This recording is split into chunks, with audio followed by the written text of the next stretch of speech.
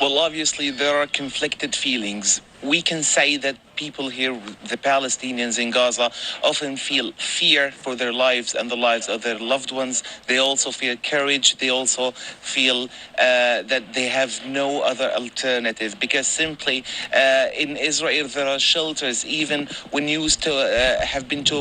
some news have been talking about 70% of the population in Israel would be hiding in shelters if there is a sanctions continued the airstrikes. Now, for Palestinians in Gaza, the equation is quite different, because there are no shelters in Gaza. Houses are not safe. Hospitals even are not safe. We know that during this current military escalation, 2 health facilities have been affected and damaged by the Israeli raids. One quarantine facility in Rafah, one in the northern Gaza Strip right next to the Indonesian hospital. So basically, even hospitals here are not safe. Of course, government buildings have been also leveled to the ground, most of them yesterday, in one of the most intense raids Gaza has witnessed since 2014, or basically since 28.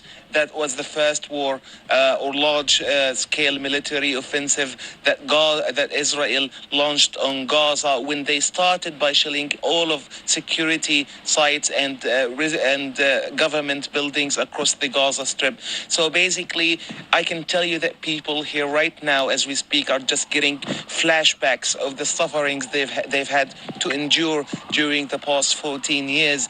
Several military escalations, 3 large-scale military offensives, hundreds of strikes, a crippling blockade that has caused the healthcare system to be too overwhelmed and on the brink of collapsing. Actually, no infrastructure in Gaza. We know that some of the buildings that has been targeted in previous military escalations had not been rebuilt until this moment. So if we're talking about a ground operation here in Gaza, with the intensity of the recent strikes, raids on Gaza Strip, that means that more people in Gaza will become homeless very soon, with no place to hide.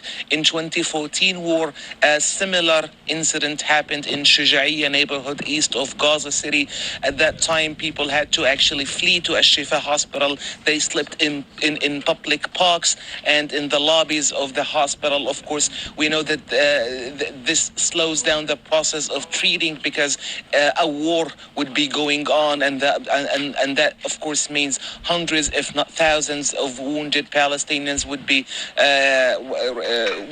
brought up to the hospitals and health clinics.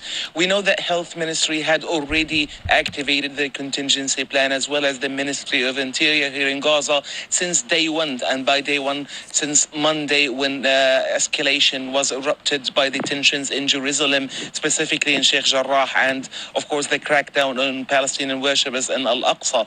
Right now, Palestinians are just seeing flashbacks. They're imagining what could happen to them, where would they go, where would they take their children. You need to understand that a lot of Palestinians here have already been suffering, and they lack the freedom of movement even inside the Gaza Strip for different reasons. For example, some people are too old, some people are too sick, so it is not easy for Palestinians living in the areas adjacent to the border fence, for example, just to flee their homes and evict in a matter of minutes or even hours. We're talking about intensive strikes right now, where sometimes people wouldn't get 5 minutes to evacuate their houses. Some houses, residential buildings even, have been targeted without even a warning today. We've witnessed that in Rafah and the south of Gaza Strip, in Al Junaina neighborhood, which means the garden. In that neighborhood, a residential building was targeted without any warning. The 4 Palestinians had been found dead at the time, and by the way, the 5th body was just found an hour ago, even though the strike happened more than 4 hours ago. So basically, it is not easy for Palestinians to cope with this. Entire families in the town of Beit Lahia in the north had been wiped off the face of the earth, not just their houses, but even their bodies people had been pulled out from under the rubble in Beit Hanun as well. People have been inhaling toxic gases, according to health ministry here in Gaza. Today they have made a statement. Last night, they have made a statement saying that they have taken samples based on the forensic autopsies and forensic examinations, which indicated that some of Palestinians who were killed there have inhalated toxic gases. And also, witnesses have been telling us that they have been seeing weird or strange shapes of smokes and weird colors as well.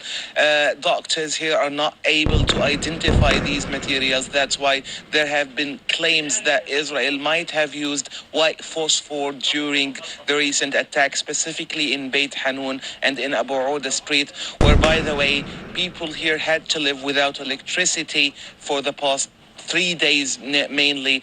Right now, as we speak, I can tell you that maybe third of the Gaza city itself has no power. Same for the northern Gaza Strip, Beit Hanun, Beit Lahia. In the middle areas, Al Bureij was targeted more than once. A massacre had been committed there. Israel had also been attacking financial institutions that they claim belong to Hamas. For example, the Islamic National Bank and its 3 branches of the bank had been targeted, one in Rafah, one in Khan Yunis, and one in Al Bureij itself. You walk by there and you would be shocked by the scenes. You can say entire buildings had been wiped off. A Shuruq building right here was completely leveled to the ground. A 14-story building, Al Jawhara building, had been targeted with 4 missiles, and it only contained residential apartments and some media offices, international TV channels as well. So that's why everybody here realizes that nobody is safe. No Palestinian is safe, and the concept of safety has become a dream for Palestinians here. I can also say that Palestinians and the way they look at it, just for Israeli fighter jets targeting civilians here in Gaza, has become no more than a daily business routine. All right. Palestinian factions have repeatedly said that they have been practicing drills, have been made.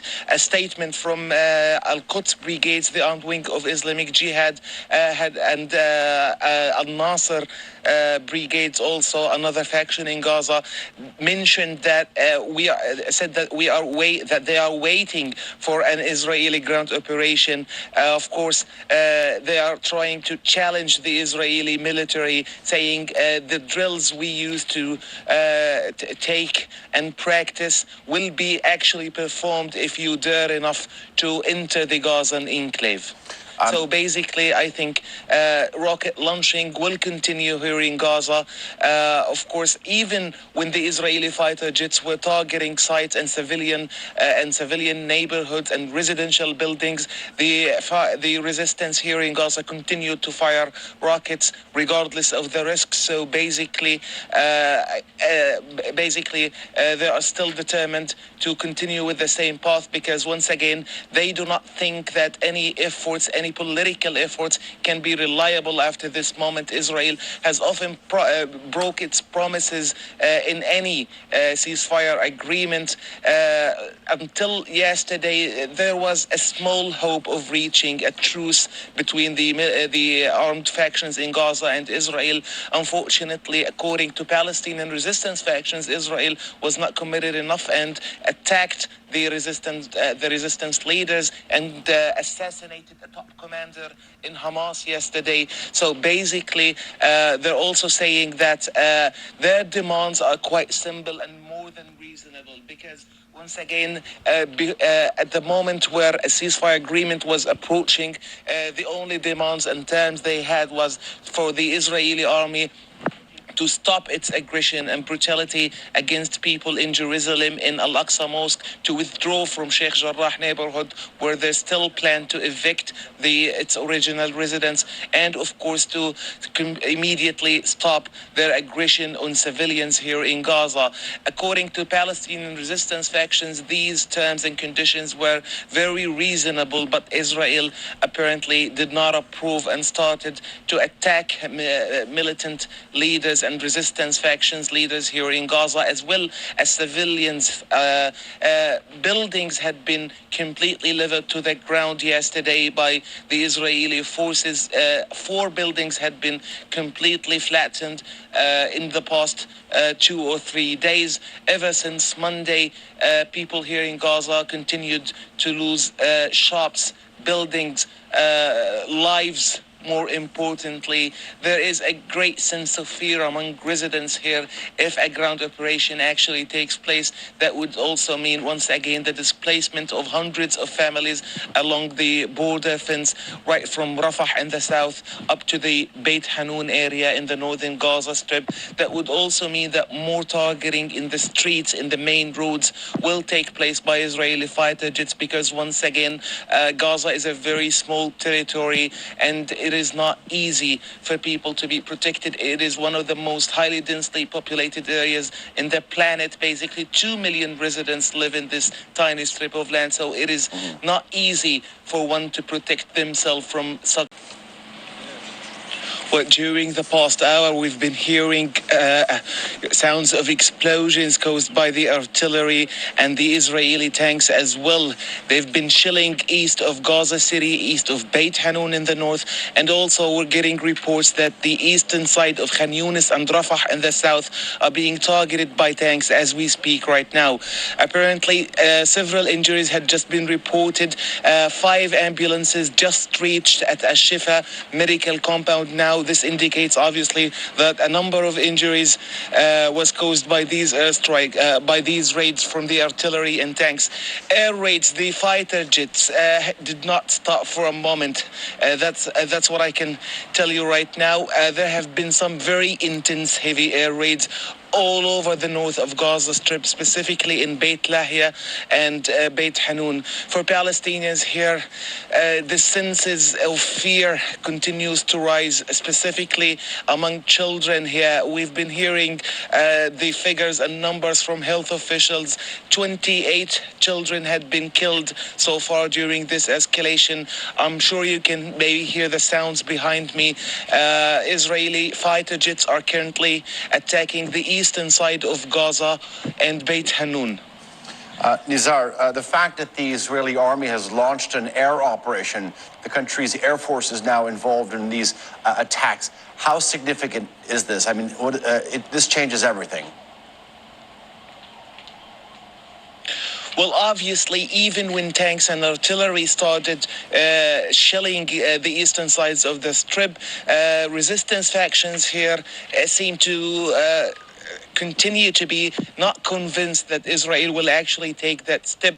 Just as Israel made that announcement, a spokesperson for Al-Qassam, the armed wing of Hamas, issued a small message, a statement, saying that these Israeli attempts are only intending to sabotage and destroy the recent attacks, he means, and it will not deter the persistence of the Palestinian factions, and they are ready to face whatever comes at hand here.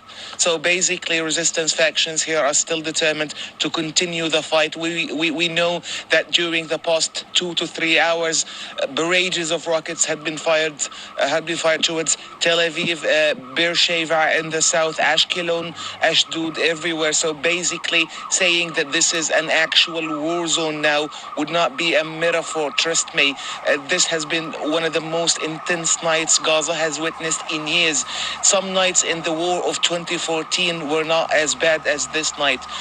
So far, bloodbaths, as Palestinians describe it here, had been committed by Israeli fighter jets in the south, in the middle areas, and in the north, specifically in Beit Hanun, especially in Beit Hanun, where entire families had been killed We're still waiting for figures to be updated from health officials again, because as we said, ambulances are still rushing to Ashifa Medical Complex as well as the Indonesian hospitals.